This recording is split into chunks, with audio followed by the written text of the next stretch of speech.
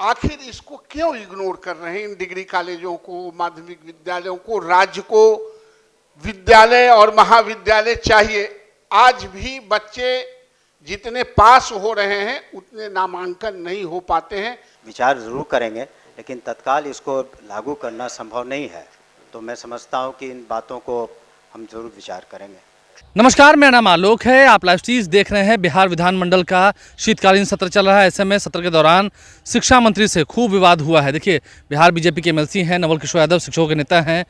उन्होंने वित्त रहित शिक्षकों को लेकर के, जो डिग्री कॉलेजों में पढ़ाते हैं, उन्हें अनुदान क्यों मिलता है, उन्हें वेतनमान क्यों नहीं दिया जाता है, इन तमाम मुद्दों को लेकर नवल किशोर यादव ने खूब घेरा है सरकार को। सत्ता पक्ष के ही एमएलसी हैं, लेकिन अपनी ही सरकार को घेरा है शिक्षकों की मांग को लेकर। नवल किशोर यादव शिक्षकों के नेता कहे जाते हैं, बड़े नेता कहे जाते हैं। डॉक्टर संजीव सिंह भी उनके साथ थे। क्या कुछ विवाद हुआ है? शिक्षा मंत्री सुनील कुमार ने भी सभी सवालों के चुन चुन के जवाब दिए हैं। क्या कुछ सदन के भीतर कार्रवाई के दौरान हो रही थी बातें, वो आपको सुनवाते हैं। यह बिहार विधान परिषद राज्य सरकार से अविस्ताव करती है कि वह वित्त रहित डिग्री कॉलेज, इंटर कॉलेज, माध्यमिक विद्यालय के शिक्षकों को अनुदान के स्थान पर वेतनमान का भुगतान करे। सभापति महोदय, इस राज्य में सब नया नया हुआ। 4000, 5000 पर शिक्षक अपॉइंट हुए, आज 50,000 मिल रहा है। सरकार को इसके लिए हम लोग धन्यवाद भी देते हैं। जो प्राइमरी स्कूल था वो +2 में तब्दील हो गया, धन्यवाद के पात्र हैं आप। गांव गरीब के बच्चों को आप पढ़ाना चाहते हैं, उन्नत बनाना चाहते हैं, आपका पैनी नजर है, इसके लिए भी आपको धन्यवाद देते हैं। लेकिन जो राज्य में डिग्री कॉलेज है, इंटर कॉलेज है, माध्यमिक विद्यालय, जो गांव के लोगों ने चंदा करके, बिहरी करके, अपना जमीन डोनेट करके 6-6 एकड़, 10-10 एकड़, आज आप 3 डिसमिल और 4 डिसमिल जमीन इसी सदन में आपने कहा कि प्राइमरी विद्यालयों को खोलने के लिए आप हमको दे दें। जो यूनिट है और जिसके जमीन नहीं है उनके बाप दादा के नाम पर हम उस स्कूल को कर देंगे। लेकिन आपको 3 डिसमिल और 5 डिसमिल भी जमीन कोई बिहार में नहीं दे सका, और लगभग 7,500 यूनिट को आपने समाप्त किया जमीन नहीं रहने के कारण। लेकिन इन महाविद्यालयों और विद्यालयों में बड़े पैमाने पर जो एस्टेब्लिश्ड हैं, जो राज्य के शिक्षा को संचालित किया है। और एक बात और महोदय, आप तो शिक्षक हैं, आप जानते भी हैं, इस राज्य में जितने महाविद्यालय हैं, जितने भी विद्यालय हैं जिसको राजकीयकृत विद्यालय के नाम से जानते हैं, वो सब गांव के लोगों ने खोला था। सरकार ने उसे अधिग्रहण किया। आप जितने डिग्री कॉलेज हैं, किसी डिग्री कॉलेज को सरकार ने 1-2 खोला है। गर्दनीबाग गर्ल्स कॉलेज जो है वो सरकारी है, और बकिया लगभग गांव के लोगों ने खोला है।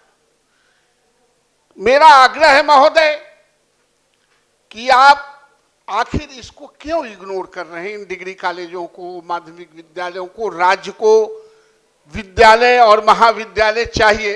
आज भी बच्चे जितने पास हो रहे हैं उतने नामांकन नहीं हो पाते हैं। आए दिन सीजन में हम लोग सवाल इस सदन में उठाते हैं। मैं राज्य सरकार से चाहता हूं महोदय कि आप जो अनुदान देते हैं first class, second class, third class बच्चों के पास कराने के डिग्री पर, आप उस पैसे को जोड़ लें, और जो इंटरनल रिसोर्सेज है कॉलेजों के, स्कूलों को, आप उसको जोड़ लें। अगर दोनों को जोड़ के आप एक फिक्स अमाउंट उसको डायरेक्ट सैलरी के रूप में निर्धारित करते हैं, तो हम समझते हैं कि हमारे जो कॉलेज मर रहे हैं आज, डिग्री कॉलेज और माध्यमिक विद्यालय, वो फिर से एक बार उसमें संजीदगी से काम करने का उत्साह आ जाएगा। और आप कमेटी बना ले, आप असेसमेंट कर ले। हम लोग तो गवर्निंग बॉडी में जहां कहीं रहते हैं, एक एक कॉलेज में हम लोग तनख्वाह देते हैं 20,000, 25,000, 15,000, ये उनके पैसे हैं। आप उन पैसों को, करोड़ों में जो इंटरनल रिसोर्सेस है उसको, और आप जो अनुदान देते हैं उसको आप जोड़ दें। और कॉलेज में अब स्ट्रेंथ नहीं रहा है महोदय, कॉलेज में लगभग लोग रिटायर कर गए हैं। स्कूल में जितना यूनिट है उतना ही यूनिट अब डिग्री कॉलेजों में बच गए हैं।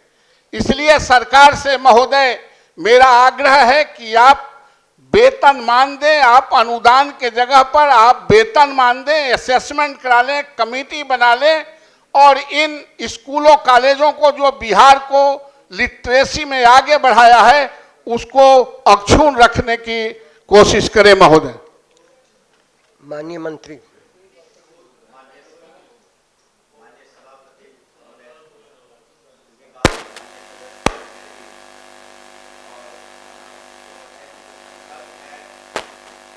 (536) द्वारा वित्त रहित शिक्षा नीति को समाप्त करते हुए स्थापना, जो अनुभूति और स्वीकृति प्राप्त माध्यमिक विद्यालय, इंटर महाविद्यालय, उच्च माध्यमिक विद्यालय को अनुदान देने के लिए नीति का निर्धारण किया गया।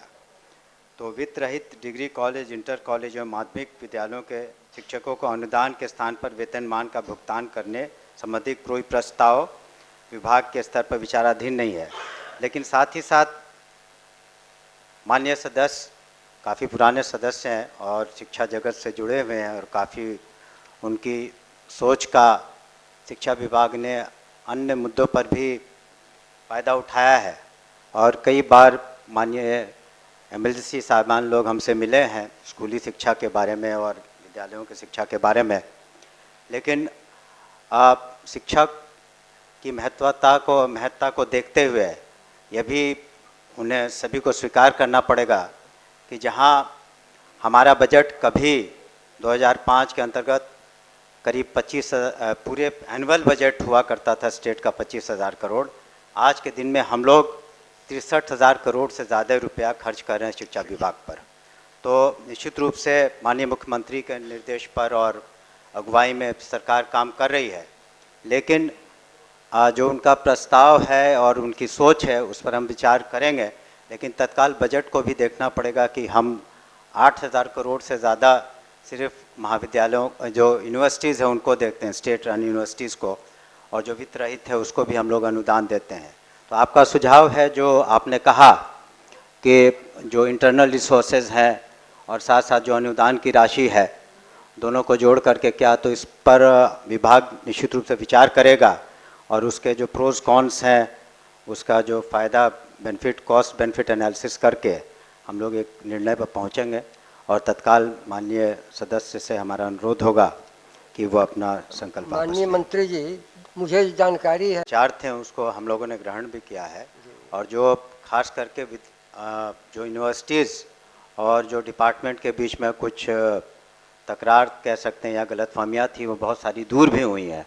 और इसी कारण से आप देखेंगे कि टीचर्स के लेवल पर या यूनिवर्सिटी के लेवल पर किसी तरह का कोई अभी एजिटेशनल मोड में कोई नहीं है।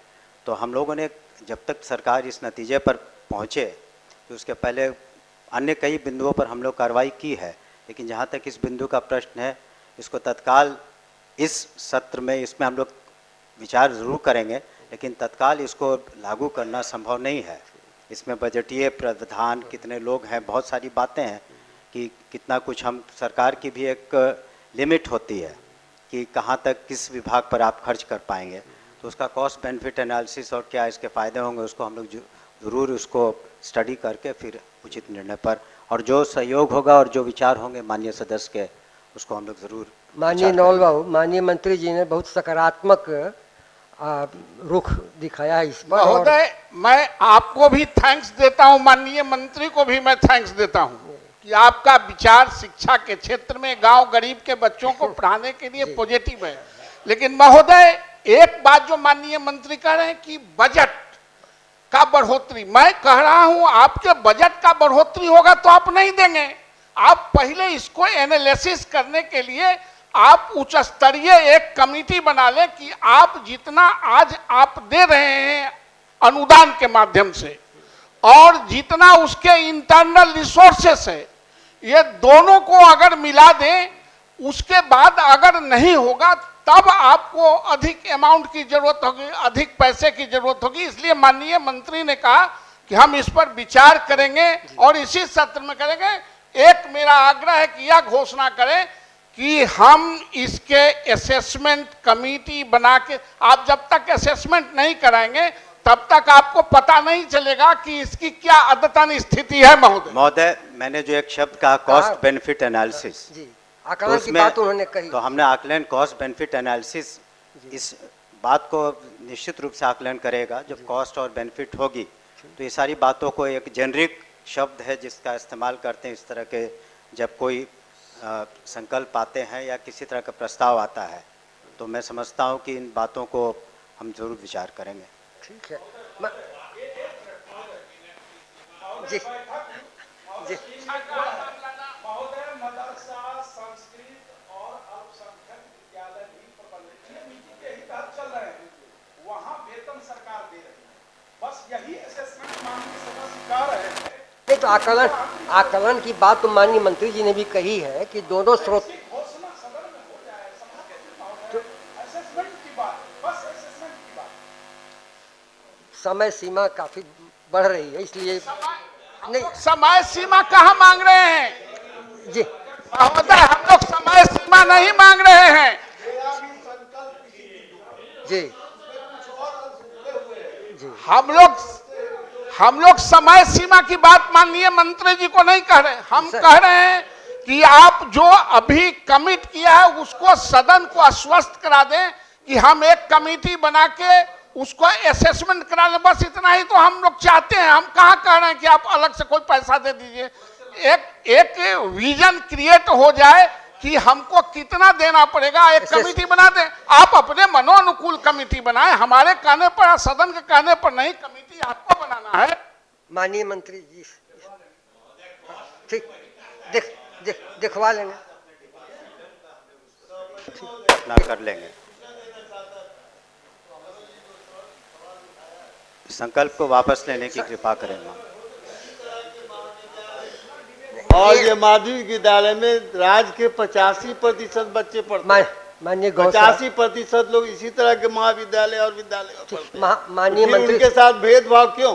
माननीय मंत्री जी कुछ कह रहे थे, बस आप सुन लें। अब इसको अच्छा, इतनी बातें हुई, मैं समझता हूँ कि नौल बाबू आप संतुष्ट होंगे। और उन्होंने कहा कि जो आंतरिक स्रोत है महाविद्यालयों या विद्यालयों के, या सरकार जो पैसे देती है, इन पर आकलन करके एक बातचीत होगी, तैयार है उसके। माननीय मंत्री जी को धन्यवाद देते हुए इन्होंने आकलन कराने की बात कही है जी। और पॉजिटिव सेंस में इसको लिया, इसलिए मैं अपने प्रस्ताव को वापस लेता हूं और मैं माननीय मंत्री को धन्यवाद देता हूं। सदन की सहमति से प्रस्ताव वापस हुआ। तो नवल किशोर यादव ने क्या कुछ कहा है, शिक्षा मंत्री ने क्या जवाब दिया, हमने आपको सुनवाया है। आप लाइव स्ट्रीम से बने हैं, हमारे चैनल को सब्सक्राइब कर लें। देखना होगा वित्त रहित शिक्षकों को लेकर उठाया गया ये जो गंभीर सवाल था, उस पर शिक्षा मंत्री ने जो जवाब दिया है, उस पर आगे क्या काम होता है, कितनी जल्दी राहत दी जाती है शिक्षकों को। हमारे चैनल को सब्सक्राइब कर लें, साथ साथ फेसबुक पेज भी लाइक करें। धन्यवाद।